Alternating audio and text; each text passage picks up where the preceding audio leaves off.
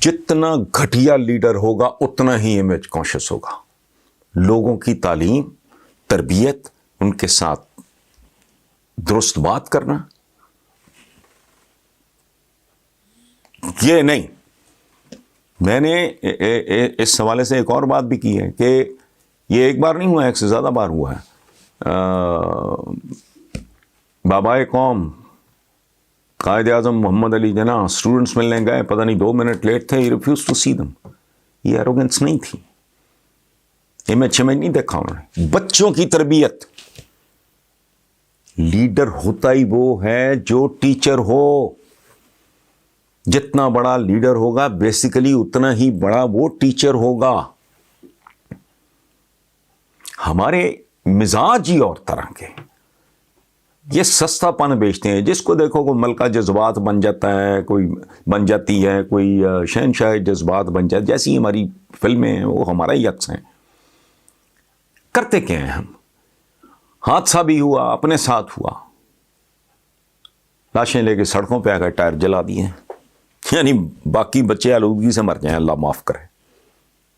اس کو ڈسکریج کرنا چاہیے کہ انکریج. آپ نے اچھا سڑکیں روک لیں، ادھر بھی ٹریفک رک گئی، ادھر بھی ہو گئی، کروڑوں روپے کا آدھے گھنٹے میں فیول جو ہے وہ جل گیا، ضائع چلا گیا. کیا رویہ ہے؟ دکھ، درد. میں نے ایک اور مثال دی ہے، یہ 20 بار ہماری فیملی میں ہوا، فیملی سے باہر ہوا، دوست احباب میں ہوا. ہفتے بعد بچے کے ایگزامز ہیں، وہ امریکہ میں بیٹھا ہے، پیچھے ماں جیسی شے چلی گئی، وہ پہنچ ہی نہیں سکتا. جون جولائی گرمی سرد خانے میں رکھتا ہوں. گھر والے کہتے ہیں کہ نہیں بیٹا سٹے پٹ، اوکھا سوکھا ہو کے تو. ہمارے ہاں ہے ایک ٹریڈیشن، اور ٹھیک ہے کہ آخری دیدار پیاروں کا وہ ہوتا ہے. ہمارے رویے اور طرح، ہمیں زیادہ متوازن اور میچور قوم ہونا چاہیے. اس نے ضد، اب اللہ بہتر جانا، مجھے تو نہیں پتا سیکیورٹی کا کوئی بہت بڑا ایشو ہو. اچھا پھر ان کے جانے سے یہ حضرت عیسیٰ کے ساتھ یہ منسوب ہے کہ جی وہ مردے بھی اٹھ کھڑے ہوتے تھے، تو یہ بیچارہ کیا کرتا، وہ واپس آ جاتے. بات اگر یہ ہے کہ کوئی لانگ ٹرم پلان کرو بیٹھ کے. ہزارہ والے جو ہمارے بھائی ہیں ان کے ساتھ مسلسل ہو رہا ہے، لیکن یہ مسائل کا حل نہیں ہے. اس سے ایکسپیکٹ یہ کرو، اس کو فورس اس بات پہ کرو کہ کوئی مستقل حل نکالو. یہ اتنی بار ان کے ساتھ اس طرح کے مظالم ہو چکے ہیں کہ میں گنتی بھول گیا ہوں. یہ جو ہے نا باقی رہ گیا میڈیا، پاپولیرٹی سیکنڈری بات ہے.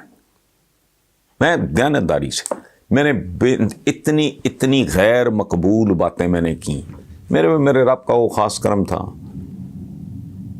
میرا رب میری نیت سے واقف تھا. پتہ نہیں میں کیسے، لوگوں نے مجھے کئی بار کہا زندگی میں، کئی بار کہ یار یہ کیا لائن لے لی. میں نے کہا نہیں، میرا یہ پچھلے دنوں کو میرا خیال ہے سال بمشکل ہوا تھا پی ٹی آئی کو مکمل ہوئے، تو میں نے تو ڈانگ اٹھا لی تھی.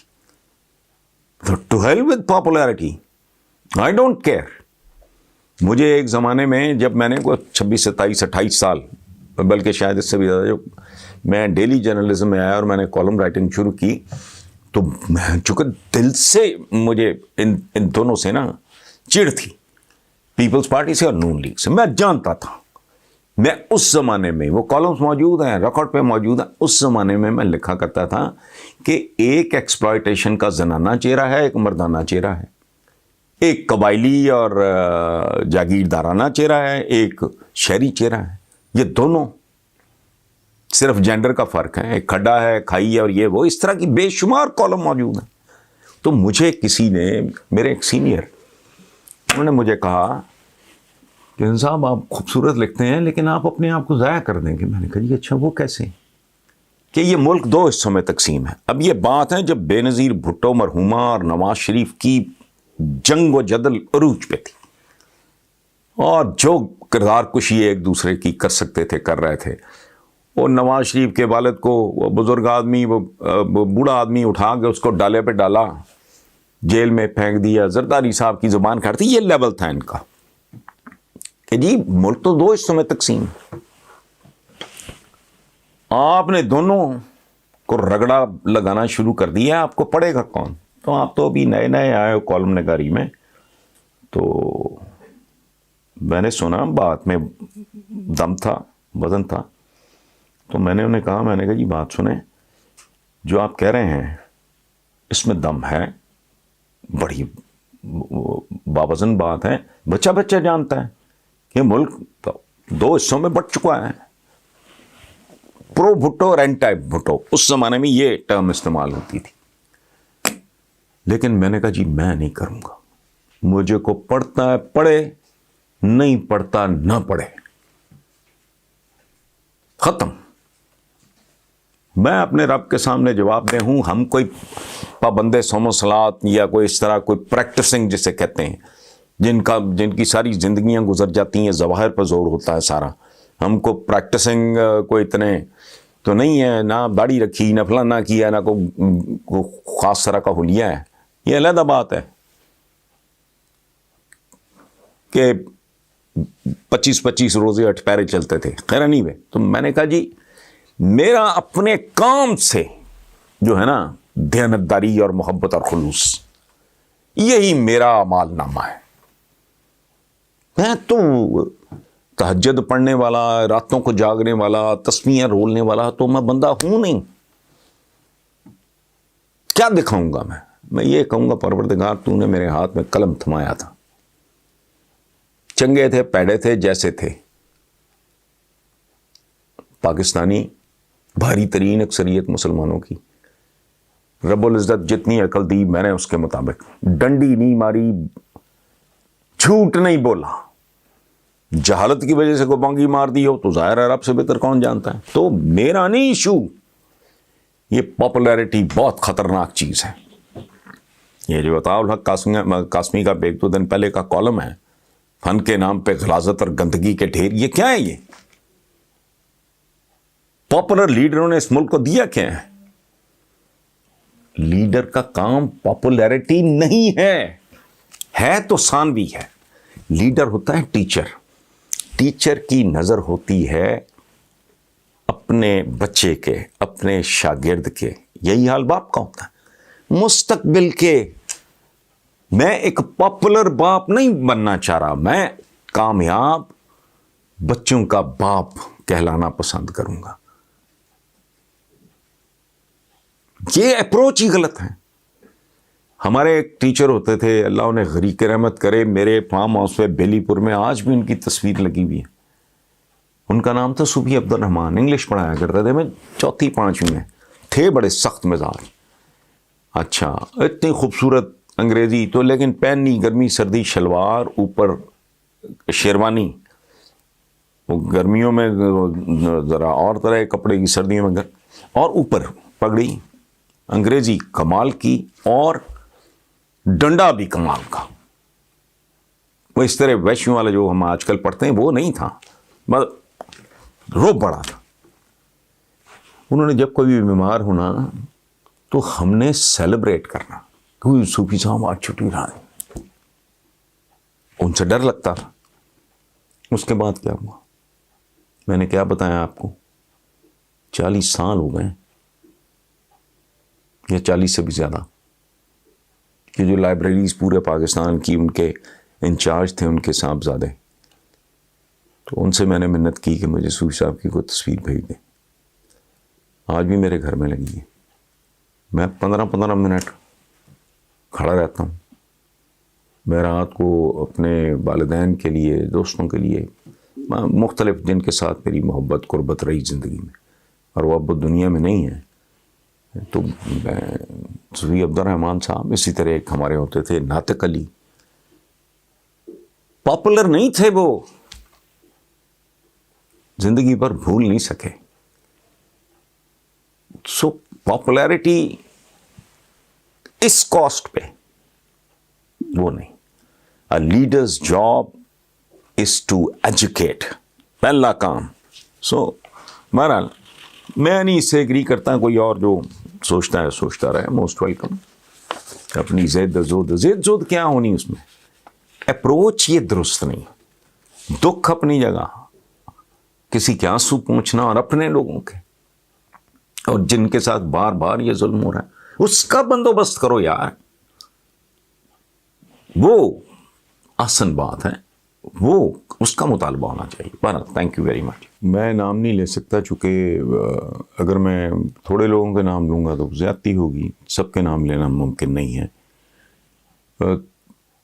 یورپ سے, امریکہ سے, کینیڈا سے, ظاہر ہے انڈیا سے بھی بے شمار جو ہمارے سکھ برادری کے جو دوست ہیں, احباب ہیں, یا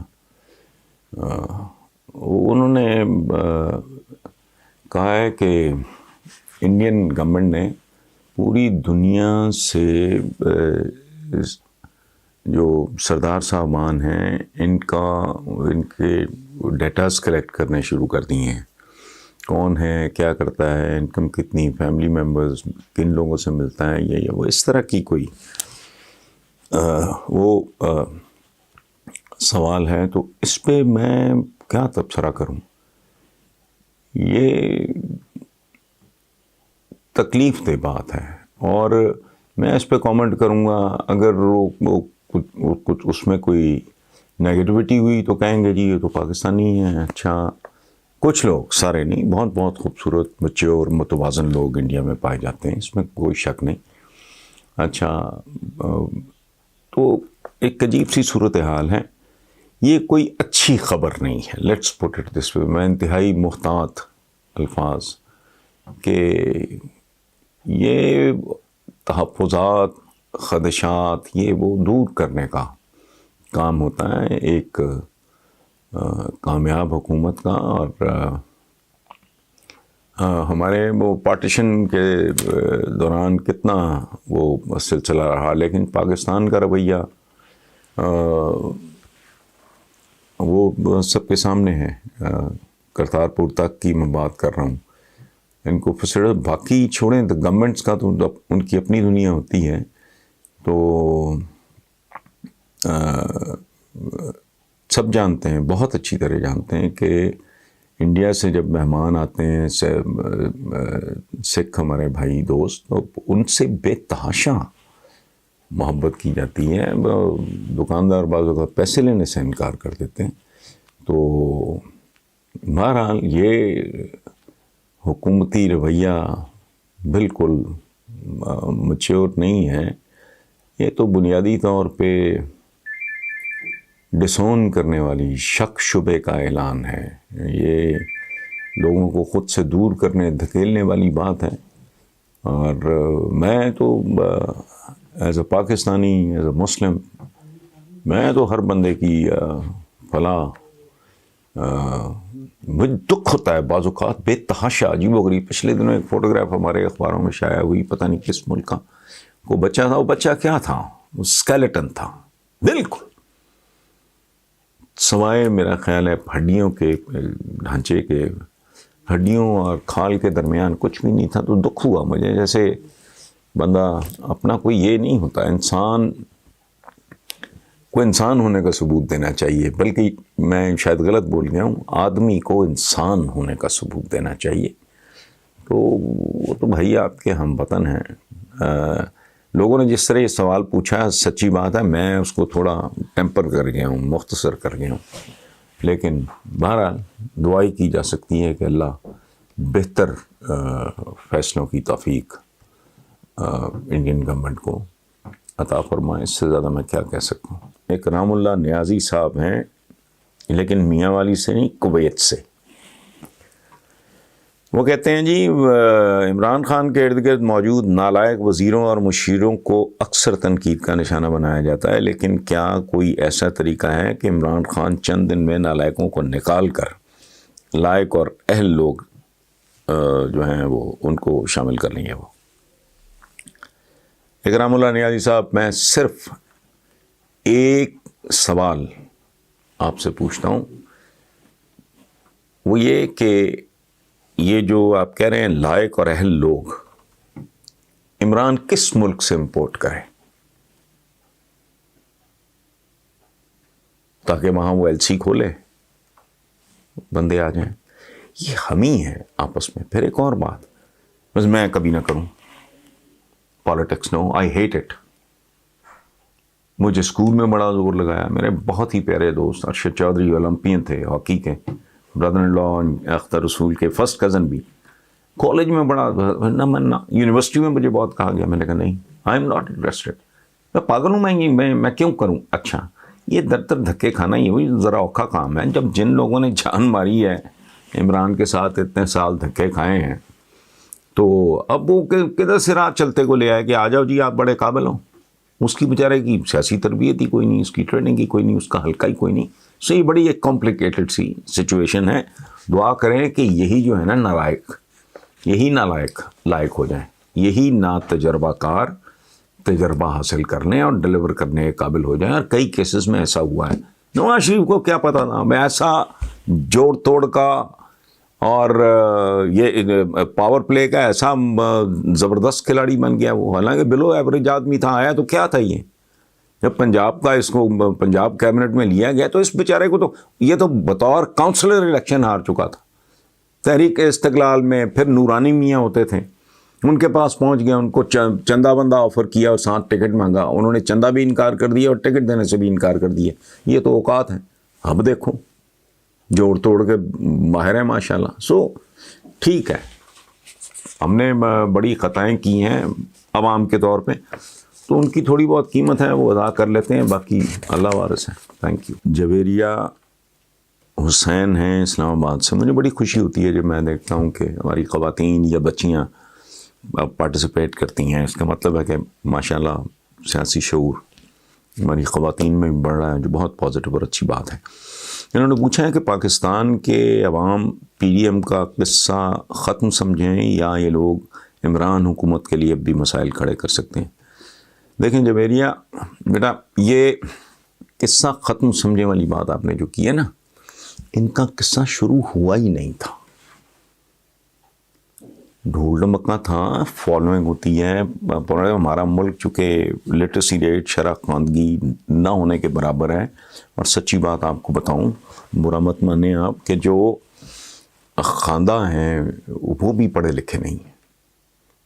ہم نے تو جو اپنے دستخط کر لیتا ہے اس کو بھی خواندگی میں پھینکا ہوا ہے. یہاں تو اچھے خاصے جو پوسٹ گریجویٹس وغیرہ بھی ایسی جہالت سڑکوں پہ کر رہے ہوتے ہیں. آپ کو بھی پتہ، مجھے بھی پتہ ہے. سو وہ فالوئنگ ہے ان کی برسا برسے، یہی دھندا، یہی کام. آپ سوچ سکتے ہو کہ نون لیگ کے بینیفیشریز کی تعداد کتنی ہوگی؟ یہ لاکھوں میں جاتے ہیں، کم از کم لاکھوں میں. اگر میں بینیفیشری ہوں کسی پولیٹیکل پارٹی کا تو میں صرف میں نہیں ہوں، میری پوری فیملی، میرے ملازمین جن کو میں تنخواہیں دیتا ہوں، یہ سارے بینیفیشریز ہیں انڈائریکٹلی. چلو میرے ملازم کو تو شاید اس بات کی پرواہ نہ ہو، لیکن میری فیملی کو تو پتہ ہے. اور یہ کس طرح اوبلائج کرتے رہے، اس پہ کوئی ریسرچ کرے تو لوگوں کے رونگٹے کھڑے ہو جائیں. یہ کس طرح لوگوں کے ضمیر خریدتے ہیں، یا چلو پیٹرنائز کرتے ہیں، یا کہہ لو اوبلائج کرتے ہیں. سو فالوئنگ تو ہے. ادھر ایک چین ہے پورا کا پورا. یا مہذب دنیا میں چینز ہوتی ہیں نا، ان سے بڑی چینز ہیں. مدرسہ چینز کو معمولی بات ہے، تو وہ ہیں، وہ آ گئے ڈھول ڈمکا کر کے. ادھر ایک شو لگایا، ادھر ایک شو لگایا، ادھر ایک شو لگایا. یہ ایک سرکس ہے بڑی مشہور. آج کل تو پتہ نہیں کرونا کی وجہ سے اس کا کیا حال ہے، چل رہی ہے نہیں چل رہی. پاکستان کی جو بڑی ایک مشہور سرکس ہے، ادھر ہزاروں بندہ اکٹھا ہو جاتا ہے. یہ کون سا کام ہے؟ تو یہ پرانے جماندرو باپ دادے سے میرا خیال 40 سال 80s، بہت ہی ارلی 80 میں یہ جنم ہوا تھا میاں نواز شریف کا بطور ایک پولیٹیشین کے. تو دیکھ لو، حساب لگا لو، اتنے اشروں سے کتنے لوگ، کن کے مفادات وابستہ. جو عمران خان بار بار یہ بات کر رہا ہے کہ میفیاز یہ ریئلٹی ہے، اس میں شک کوئی نہیں ہے.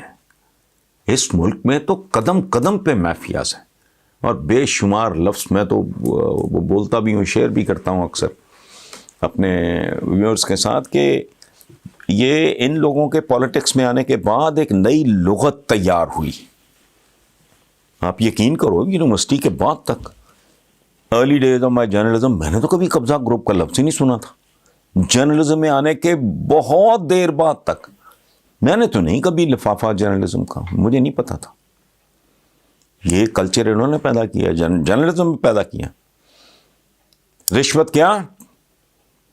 3 پلاٹ لے لو، 1 بیچ کے گھر بنا لو، تیسرا بیچ کے فرنش کر لو. یہاں تک گئے ہیں اس ملک میں. باقی تو چھوڑو، اکیلا LDA پکڑ کے کوئی بیٹھ جائے نا تو لوگوں کے رونگٹے کھڑے ہو جائیں. کس طرح کیا کیا کچھ انہوں نے نہیں کیا. سو یہ اتنا تو ان کو کریڈٹ دیں کہ یہ ڈھول ڈمکا کرنا یا اس طرح کی چھلنگیں چھلنگیں لگانا، دلتیاں جھاڑنا، یہ اس قابل تو ہیں. باقی تھریٹ نہ یہ پہلے تھے نا ڈے 1 سے. And I am not the only one. آپ مجھے بتائیں آج تک ٹی وی پہ کسی سینسیبل بندے نے یہ بات، آج تک کسی ایک بندے نے بھی یہ بات کی ہے کہ جی یہ کوئی یوں کر دیں گے تو وہ کر دیں گے؟ سب نے یہی کہا کچھ بھی نہیں نکلے گا.